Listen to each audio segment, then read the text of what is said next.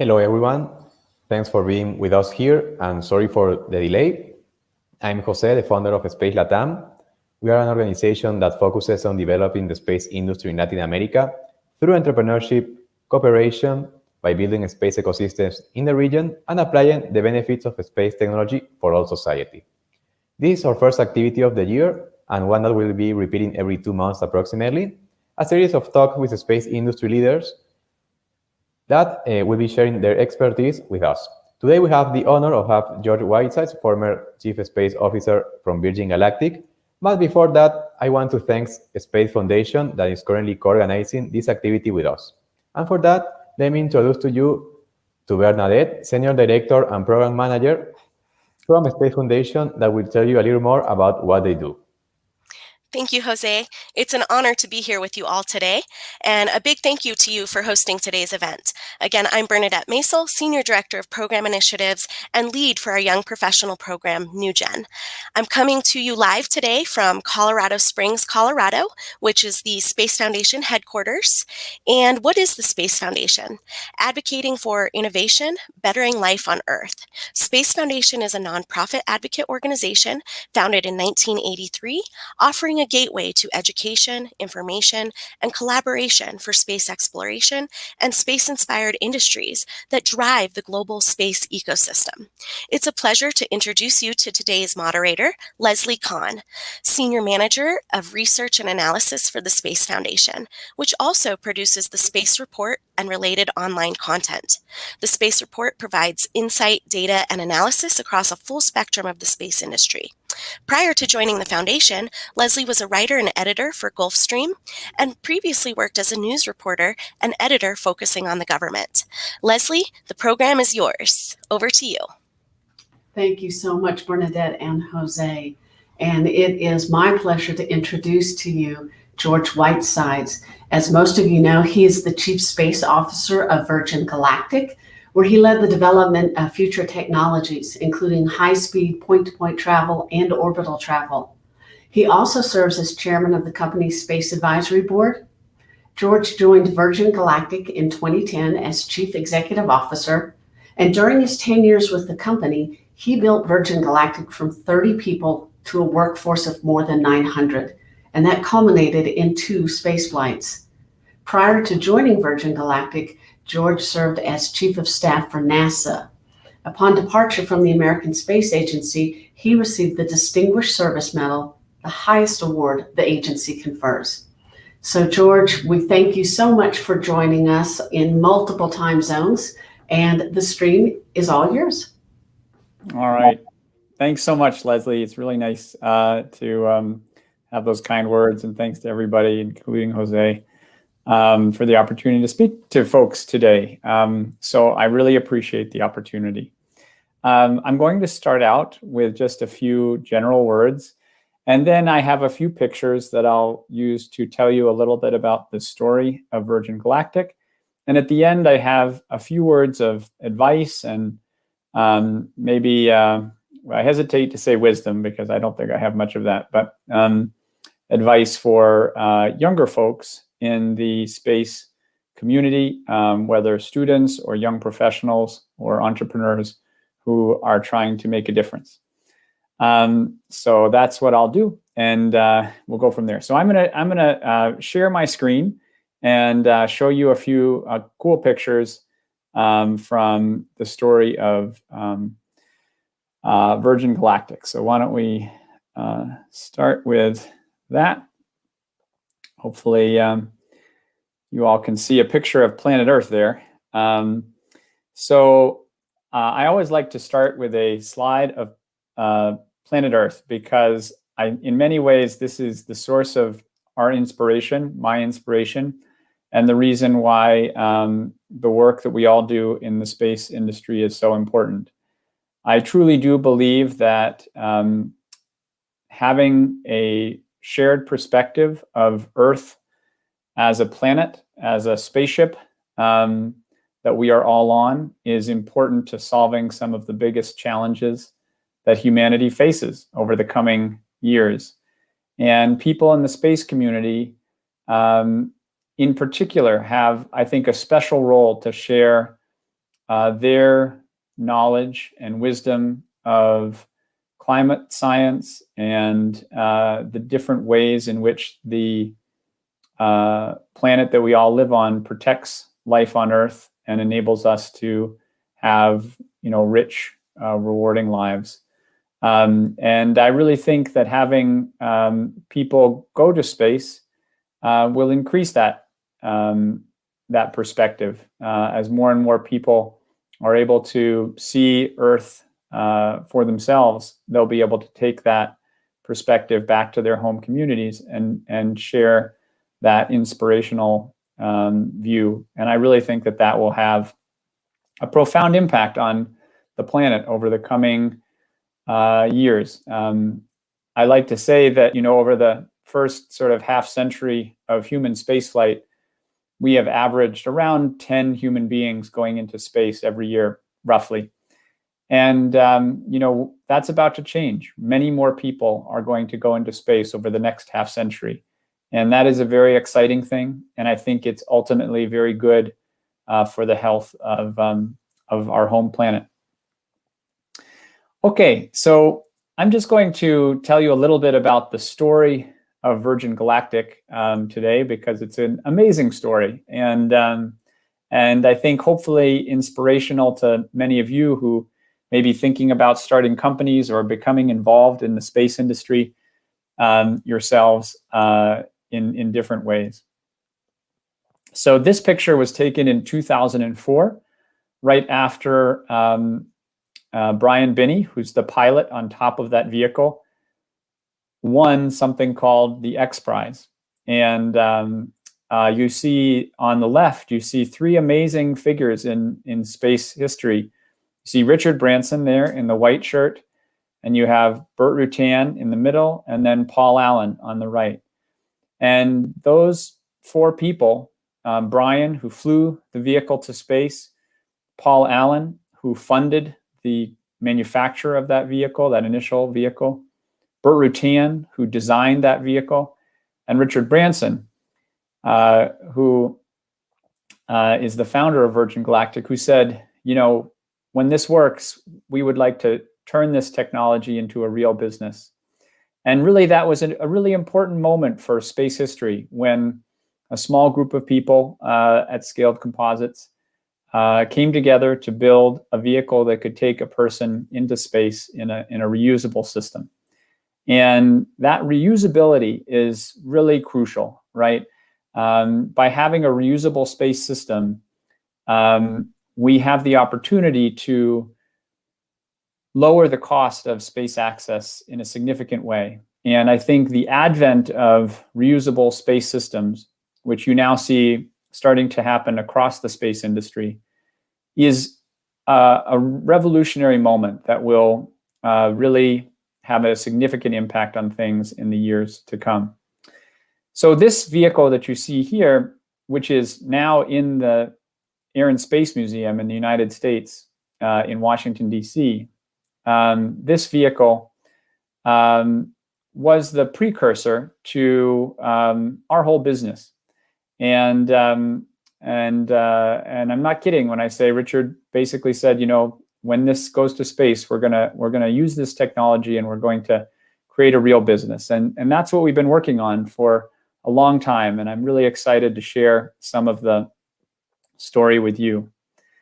So you can see this is the vehicle that we built on, in some ways, the foundations of Spaceship One, which is called Spaceship Two. And you can see this particular model is called VSS Unity, which has now made a bunch of flights, which I'll talk about in a little bit. But at a basic level, it's got a cabin in the front, which can hold pilots and also spaceflight participants, which are our customers.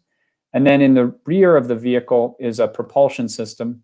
And you can see that it's a winged vehicle, sort of a rocket plane in a basic sense. And that has a bunch of different characteristics which we think are useful for the mission of taking people to space in a safe manner. We use an air launch system. So this is a picture of our mothership, our carrier aircraft, which is called VMS Eve, in honor of Richard Branson's mother, who was named Eve. So it's the mothership. And what happens is that the spaceship that you saw in the previous picture attaches in the middle of that vehicle, and it carries the spaceship up to a little under 50,000 feet, and then the spaceship does its thing. And I'll take you through a little sample mission a little bit later in this presentation. I always like to call out these people because they are very important, and these are the people who work in our company. This picture was taken several years ago, but it gives you a sense of the large team that is required to build these vehicles, do engineering on these vehicles, work on the various commercial or business-oriented aspects of the system, and keep everything moving forward. It takes a big team, and I'm very grateful for all the great work that this team has done over the years to build vehicles and then put them into space. We're also very grateful to our customers, without whom none of this would be happening. This is a picture of some of our customers down in New Mexico, and these are great people who are kind of, in a way, the first generation of commercial space travelers, and there'll be many more in the months and years and decades to come. But we really appreciate what they bring to our company as well. So let's see, this is a picture from December of 2018, and it's the first time that Spaceship Two had gone into space. In fact, it was the first commercial space vehicle, that is a vehicle built for commercial service, to put humans into space. And this is a great picture of the California coast taken from space on that historic day. And it was a really big deal to get to this moment for our team, to go up to space from Mojave, California, and then to land safely in Mojave. We flew a few months later in February, and carried someone new in the vehicle, which was Beth Moses, who was in one of the seats in the back of the vehicle. And you can see her reaction. This was the first time that she had ever been to space, and you can see the reaction that she had when she went up into space, which I think is a great sign of what we hope to share with people when they come to space with us. The pilots of that first flight were awarded astronaut wings by the U.S. government. That's the person in the red coat was the Secretary of Transportation, and she awarded official astronaut wings to the two pilots who flew that flight. And in fact, we've gotten 5 people now who have gotten their official astronaut wings. I wanted to show you a few pictures of where we will be operating our vehicles from. This is a picture of Spaceport America, which is our facility down in southern New Mexico, in the southwestern part of the United States. It's a beautiful facility that was designed to allow us to have multiple spaceships operating and going to space. The glass area in the front there is where we plan to train our customers, and then the big hangar is where we hold our carrier aircraft and spaceships. This is just a nice picture of the interior of the spaceport. This is where people will get their food and talk with their crewmates and others.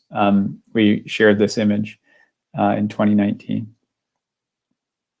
One of the exciting things about space in general is that there is, a lot of interest in the investment community now. And this is a picture of the day when we went public on the New York Stock Exchange. I think that investment interest on the part of many different companies is good, because it helps everybody trying to do more things in space to do things and to make progress. Now what I'd like to do is just for fun, I thought I would briefly take you through a mission to space. So imagine that you are going to space with us, and I'll just take you through some pictures.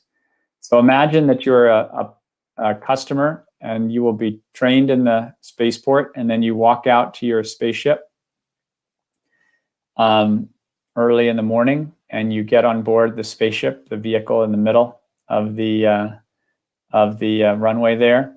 You get on board, and the vehicle takes off in the mated configuration. So the spaceship is being carried up to the proper altitude. And then when you get to the proper altitude and the proper location, the vehicle is released, as you see here, and it decouples from the carrier aircraft.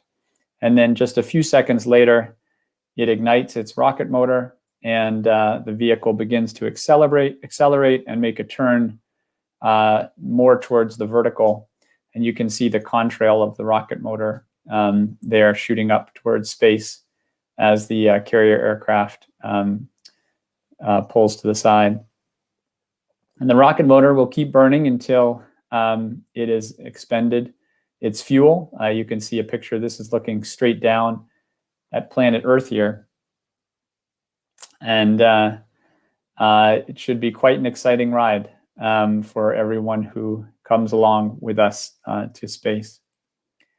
And then the rocket motor will stop burning, but the vehicle, because it's going with substantial velocity, will keep going straight up, and that will continue for a bit of time. And you can see here when it's in the going up phase, but the rocket motor has finished its burn. And you see an amazing view out the windows. And I think, sharing that view of Earth from space will be a tremendous thing for everyone, I think. This is a picture of the inside of the cabin. You can see Beth Moses, who I showed you a picture of earlier, showing her happiness at being in space, and then her doing a few maneuvers inside the cabin. I love looking, if you look at the pilot's face mask on the right, you can see the reflection of the Earth. And I think that's just an incredible picture as they looked out and saw the planet. It's kind of like, how you can take a picture of a sunset, but the picture is never quite as good as actually being there and seeing it.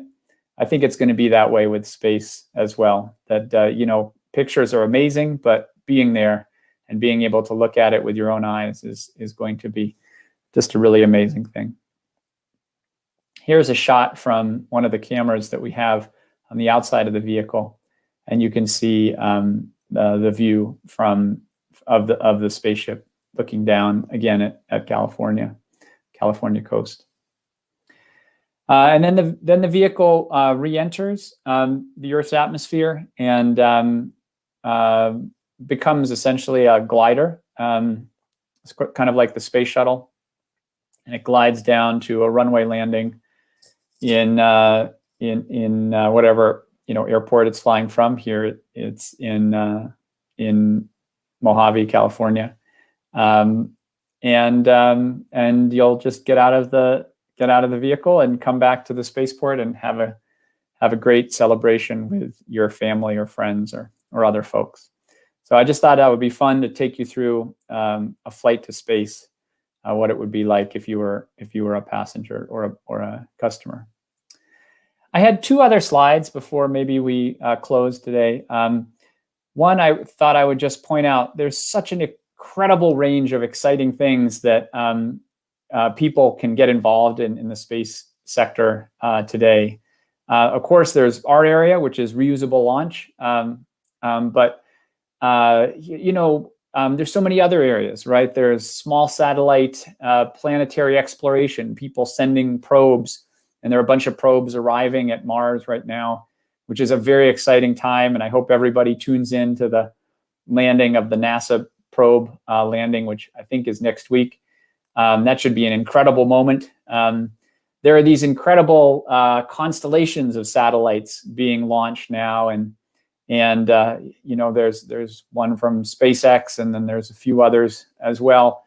One from Planet and other companies that are going to bring a new skin around the planet for sensing and communication, and that will be really important for remote learning and remote medicine and for learning about our climate and learning about things like fires and all different kinds of things, natural disasters, weather, incredible capabilities that will be coming down the road.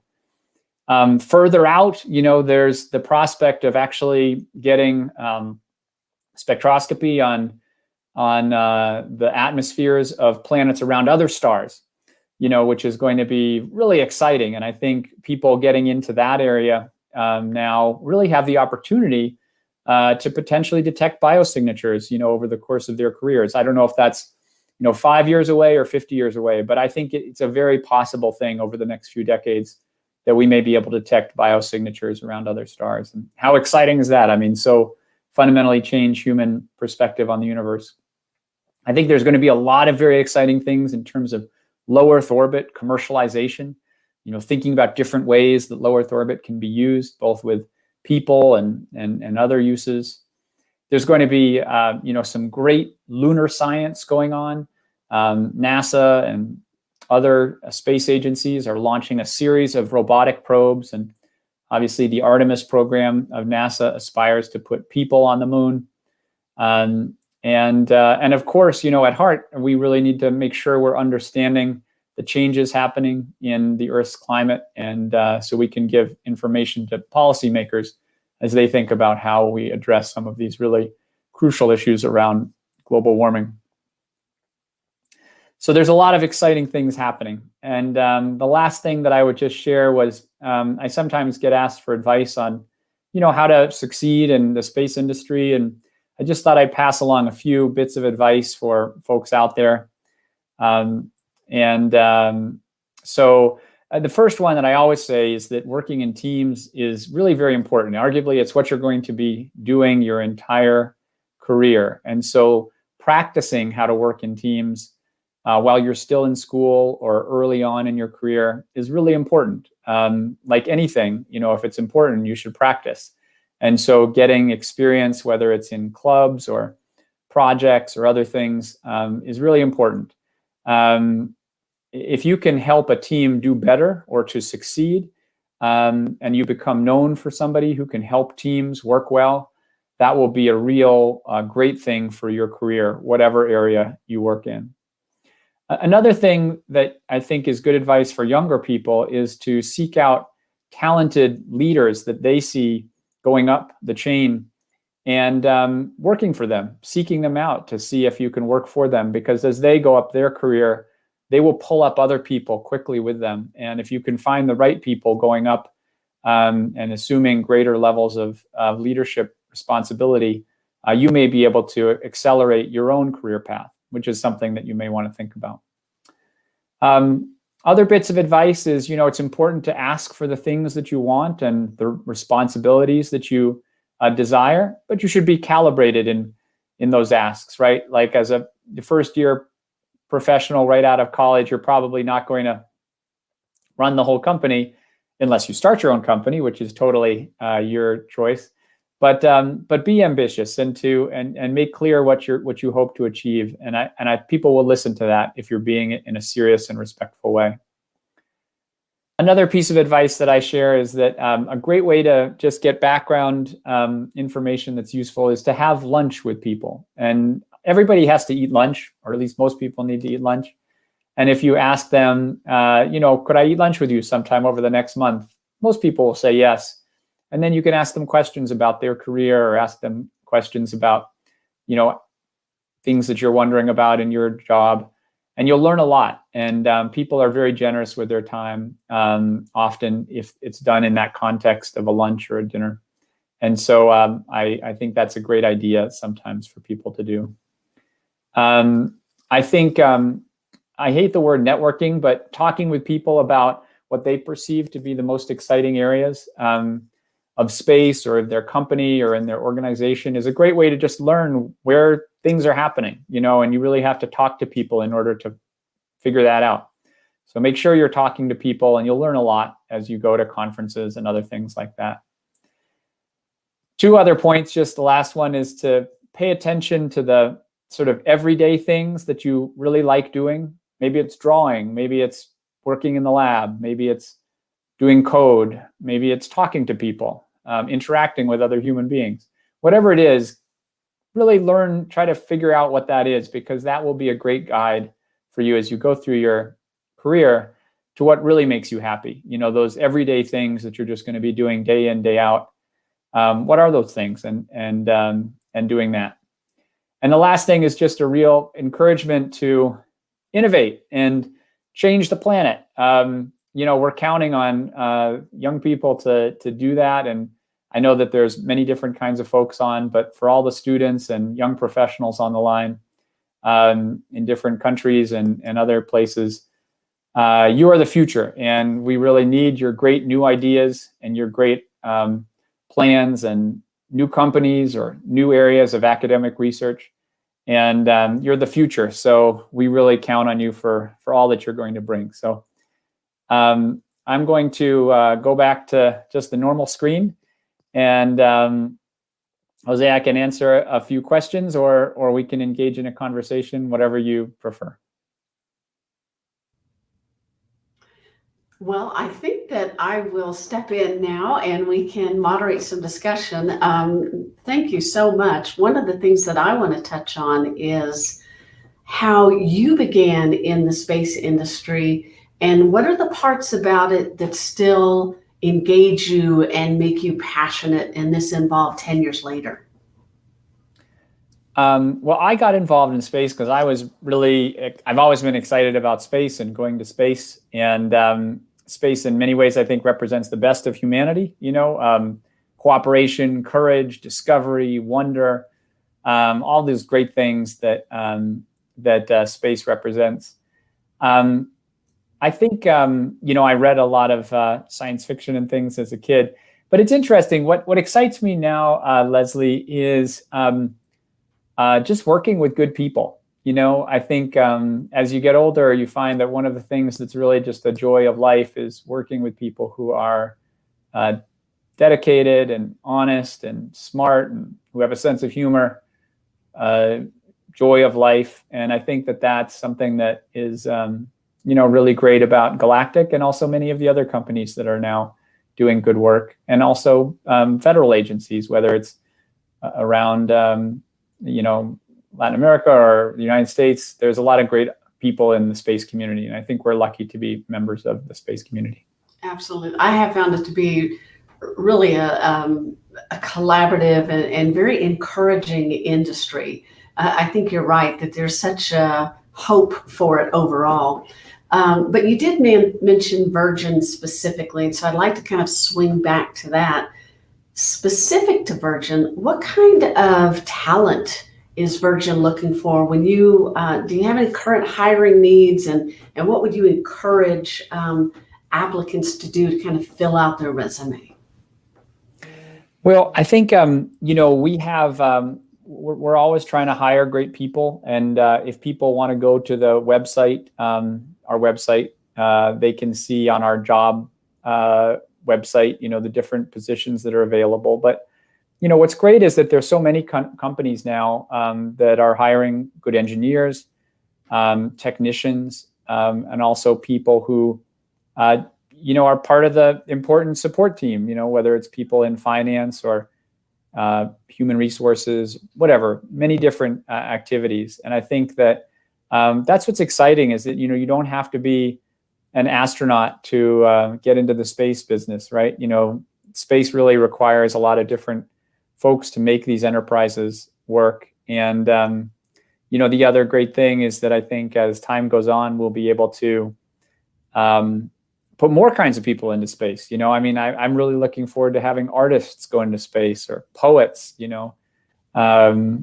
incredible people who can share their particular talents, photographers or others, and because we've mostly had, engineers and scientists going to space so far, and that's been great, and they're great people. But, imagine when, the first great novelist goes into space and experiences space and then writes about that in a way that only they can share. I think that's going to be really terrific, and those kinds of things are going to be happening over the coming years.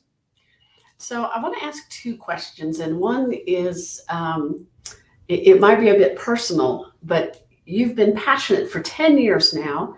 You talked in the beginning about the overview effect. How soon might you be a space traveler?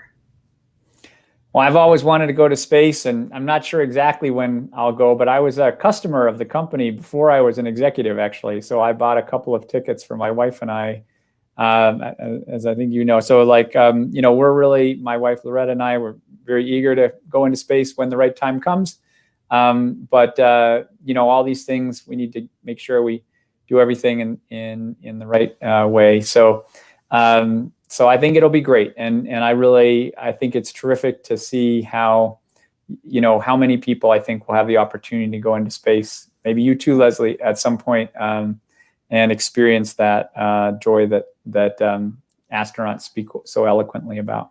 Yes. Well, given your expertise, can you, in maybe general terms, talk to us about what do you see the space environment being like in 10 years or 20 years? Will we have space hotels in 20 years? Or what are some of the things that you envision for, 10, 20, 40 years out? Well, I really think that we're going to have some incredible things happening across the industry, over the next few decades. And sometimes it's a little hard to predict exactly how it will play out. But I do think that people seem pretty serious about doing some lunar, greater lunar exploration, and that's very exciting. I think it's going to be very important to do more climate science to really understand how the Earth's climate is changing over time. And I think NASA and NOAA and other agencies that use space resources will be really important as humanity figures these things out. And I think the long time prize of sending a human being to Mars is entirely reasonable within our lifetimes. We'll have to, see exactly what systems we use for that and what the right mix of governments and companies is. But I think that's entirely doable. And what an amazing achievement that will be to be part of the first, to be living when the first expedition to another planet happens. We've done, my parents' generation did the moon, which is incredible, and those folks are absolute heroes. And now, the next step is someday to go to Mars, and that's why this landing, next week is so exciting. It's another step towards that, and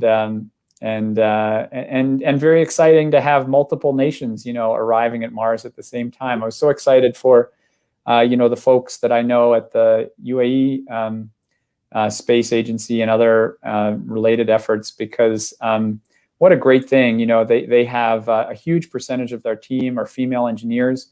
And I think it's just been very inspiring to folks throughout the Arab world and around the planet, to see the success of that enterprise. Of course, we're all excited about the NASA landing as well. But I think what the UAE team did was really inspiring. And I think that's going to be great as we see more agencies, from different parts of South America doing things in space. Really, everybody can put up satellites now into low Earth orbit. It's something that literally even high schools can do, and or maybe colleges mostly. But that's so exciting, and it means that many more people will be able to be directly involved in space hardware and to learn how to build stuff and to learn how to operate things in space.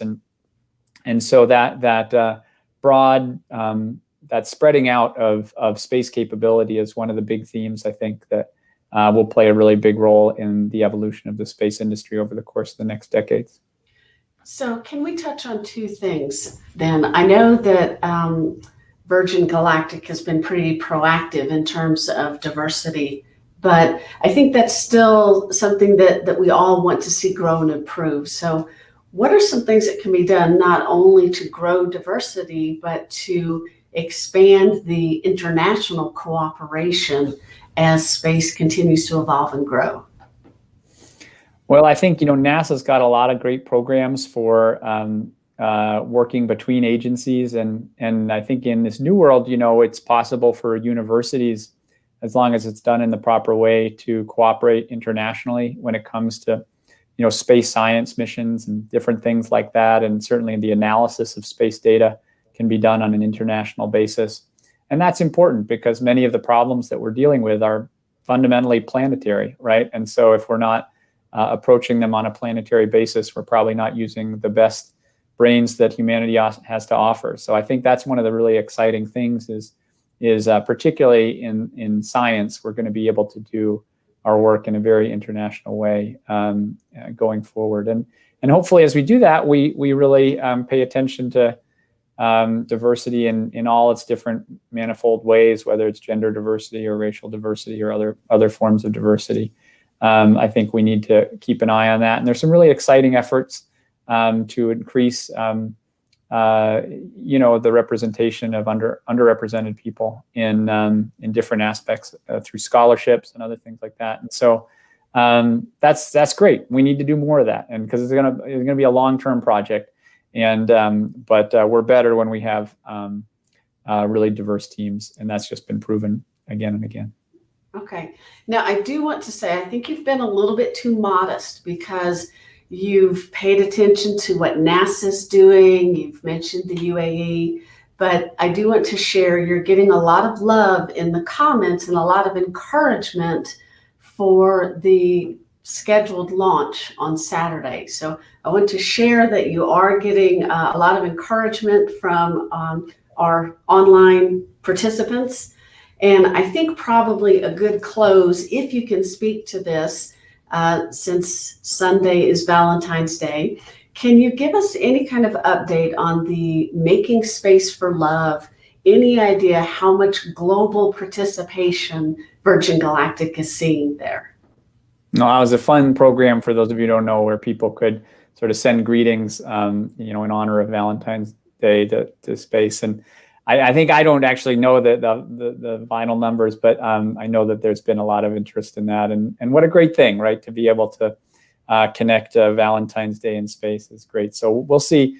Our flight window is going to be opening soon. And as always, we'll take it day by day and see how the weather does. But we appreciate the support of everybody around the world. And it means a lot. Okay. Well, we'd like to thank you again so much for taking the time and sharing some of your insights and experiences. What I do want to share with the rest of the participants is you will be getting a follow-up email, and in that email, the Space Report is going to share with you an article from our most recent quarterly publication that really outlines a lot of what George was talking about, and that is the growing cislunar economy and the many segments of education and engineering and a lot of the possibilities, not just in the launch industry, but across all sectors. So again, we thank you all for participating. We thank you for your patience in a little bit of a technical glitch at the beginning. It just proves that even space communications is sometimes tricky. And George, we certainly wish you continued success, and we wish you every success in the future. All right. Thanks. Thanks to everybody. Thank you so much. On behalf of Space LATAM and the Space Foundation, thank you all so much for joining us. We hope you've learned a little bit more.